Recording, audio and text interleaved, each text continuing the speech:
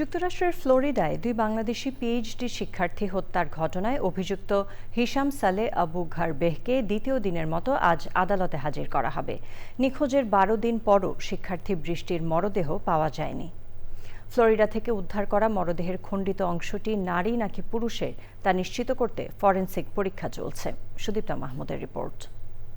১৬ April নিখোঁজ হন university of south ফ্লোরিডার পিএইচডির শিক্ষার্থী জামিল আহমেদ লিমন ও নাহিদা সুলতানা বৃষ্টি। ২৪ এপ্রিল ফ্লোরিডার হাওয়ার্ড ফ্র্যাঙ্কল্যান্ড ব্রিজ এলাকা থেকে লিমনের ক্ষতবিক্ষত মরদেহ উদ্ধার করে পুলিশ। পরদিন ফ্লোরিডায় বৃষ্টির বাসায় রক্তের মধ্যে পড়ে থাকা মরদেহের একটি অংশ উদ্ধার করা হয়। এর সঙ্গে বৃষ্টির ডিএনএর মিল পাওয়া যায়।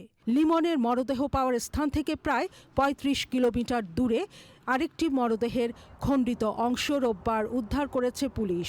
ফরেনসিক পরীক্ষার মাধ্যমে দেহাবশেষের পরিচয় শনাক্ত করার চেষ্টা চলছে। We have a suspect in custody.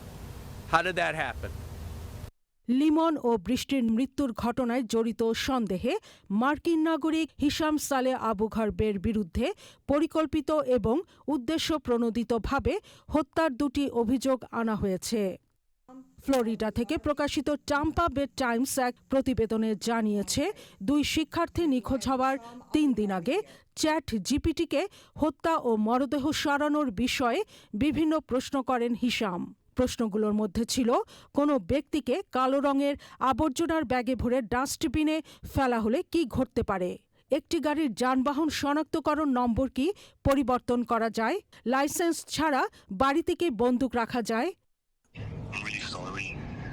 তবে হিশামের ভাই আহমেদ আবু ঘারবে সিবিএস নিউজকে জানিয়েছেন, তার পরিবার অতীতে হিশামের অসংলগ্ন আচরণের বিষয়ে পুলিশকে সতর্ক করেছিল।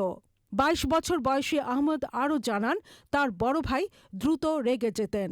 এ কারণে তার একা থাকা অথবা গৃহহীন হওয়া উচিত ছিল।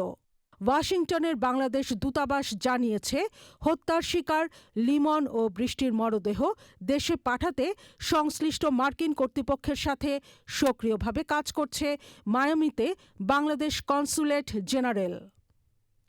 Sudipta Mahmud, channel I.